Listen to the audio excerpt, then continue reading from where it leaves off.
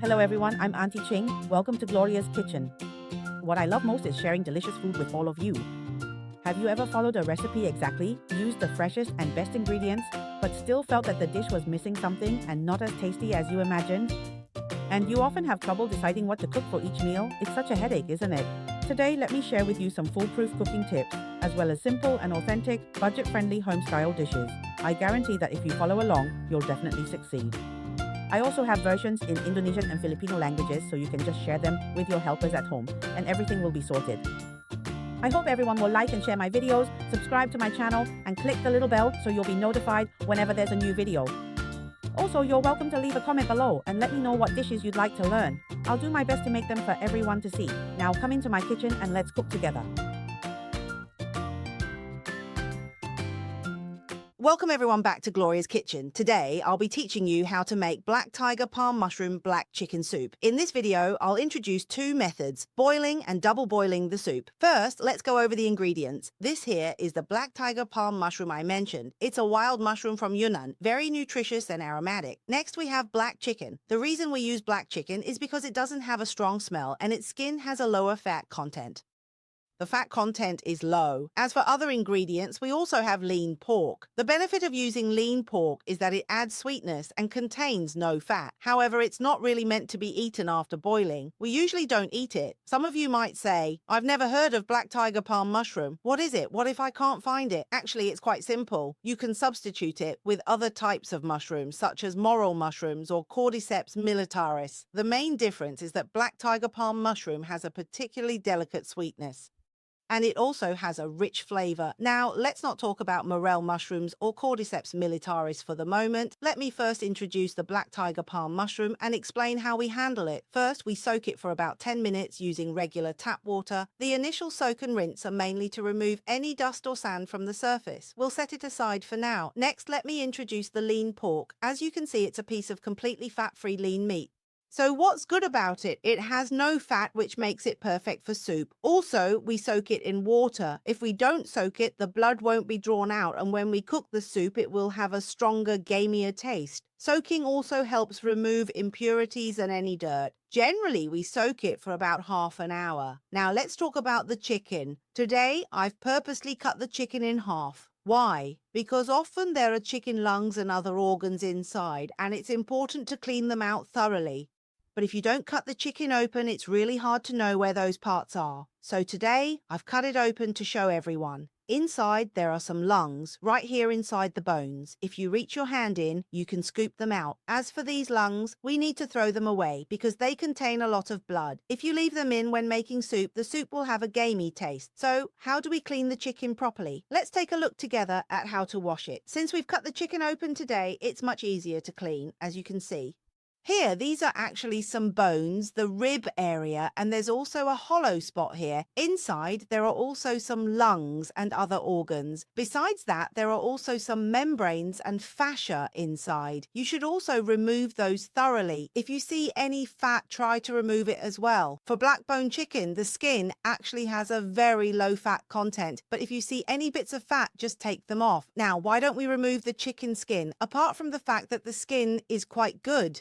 Besides being thin and low in fat, whether the chicken soup is fragrant or not actually comes from the chicken skin. So when we cook black bone chicken, we need to keep the skin. The chicken skin is very simple to handle. Just rinse it off, that's enough. The main thing is to make sure the chicken's internal organs are cleaned thoroughly. Now about the chicken head, at this spot right outside the eye, there's a hole. We need to squeeze it clean because sometimes there can be some dirt or impurities inside. If we don't squeeze it out, if you leave it and let it cook in the soup, you might end up eating it. For example, behind the eye, at this spot, there are often still some feathers stuck there after slaughtering. As for the fatty part of the chicken neck, we also pull that off. Now, we try to remove as much fat as possible. If you ask, can I wash the chicken without cutting it open? Actually, that's fine too. Just stick your finger in and feel around the rib area. If you feel any soft internal organs, just scoop them out and that's good enough. Especially You know, a lot of times, domestic helpers really don't know how to clean a chicken properly. Sometimes, after cooking the chicken, if you open up the rib area, there are still some chicken organs left inside. That's not hygienic, and it can make the chicken taste gamey. For the outside, just rinse it off, and that's fine. Later, once we've drained the water, we can start cooking. All right, now let's take a look at the chicken feet. Many friends often ask me, should I cut off the tips of the chicken feet? Well, if we're using the chicken feet to make soup, we should keep the claws. Because if you cut off the claws, it will release more oil. So when we're making soup, don't cut off the claws. Also, there's the chicken tail. It's dirty, so just a reminder, if we're making poached chicken, you can see that this part is quite dirty. And actually, that's where the smell comes from. So if you're keeping the tail when making poached chicken, make sure to clean it thoroughly. But since we're making soup today, we don't need the chicken tail, so we'll just throw it away. After you've washed it, right? We need to drain the water first, let it dry, and then move on to the next step. All right, now let's take a look at our dried shiitake mushrooms. We've soaked them in water for 10 minutes, and now they've become soft. Once they're soft, we can clean out any dirt inside. Usually for mushrooms, the stem part is a bit tougher. After soaking them, we need to cut off the stems because that part is usually dirtier and might have dust. So make sure to wash and cut off that part. It's the same for all of them. We cut off the ends. This part is the same. We cut off the tough stem and discard it. When you look at the water, you'll see there's actually a lot of dirt and dust in there. That's why we need to change the water and soak them again. So to do it properly, we should wash them several times, at least 2 or 3 times, to rinse off as much dirt and dust as possible. If you notice any particularly dirty spots, you might need to tear them open a bit to rinse them thoroughly and make sure they're clean. Otherwise, when we make the soup, there will be sand in it, so we need to rinse them one more time. All right, now for blanching the chicken, see, the water is already boiling and we can start to see some scum floating on top. So we need to use this skimmer, which is specifically for removing scum and oil, to skim it all off thoroughly. Since the chicken we're using today is quite large, let's turn it over so it blanches more evenly. At the same time, if you notice while blanching that there are still some innards left inside the chicken that weren't cleaned out properly, don't worry. After blanching, we'll still have another chance to clean it thoroughly. Now let's blanch it one more time. The blanching time should be about 5 minutes or so, just until there isn't much scum left floating on top. Then it's good to go. That's because our chicken is cleaned thoroughly and we're using lean meat, not pork bones, so there isn't too much scum. If we were boiling pork bones, there would be a lot more scum, bone marrow and impurities coming up. So this is actually quite little. Next time, if we get the chance to cook a dish with pork bones, you'll see the difference. You'll be able to see just how much scum there is. For today's batch, the amount of scum that comes up isn't too much, so we'll let it boil for about 5 more minutes. All right, our chicken and lean meat have been blanched properly. Now, let's talk about how to handle the mushrooms after they've been soaked. If the mushrooms are this big, we usually cut them, especially at the stem area, splitting them open. That's because it's harder for the flavor to come out from the inside, so by cutting them open, the flavor will be released much better when we cook them.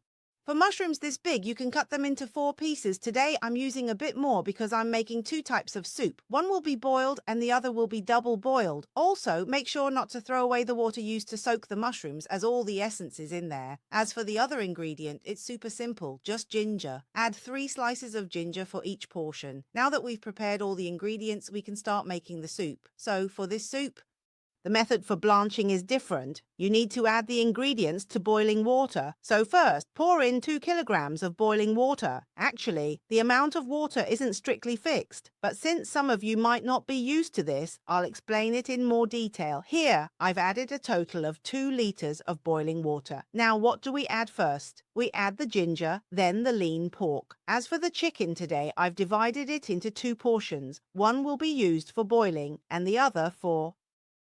This way, everyone can see the difference between making soup by boiling and by double boiling. Now, as you can see, we've put the chicken in, but the water hasn't completely covered the chicken yet. So we'll add a bit more water to cover the chicken first, then cover it and use the highest heat to boil it for 10 minutes. Did we forget to add the black tiger ginger? Actually, no. If you add the black tiger ginger too early, its flavor will evaporate away. When we make soup, After boiling on high heat for 15 minutes, switch to low heat and simmer for another 50 minutes. So now, at the end, we add the black tiger ginger along with the water used to soak it. Then, turn the heat back up to high and bring it to a boil again. Once it's boiling, switch to medium-low heat and simmer for another 20 minutes. Finally, add salt and the soup is ready to drink.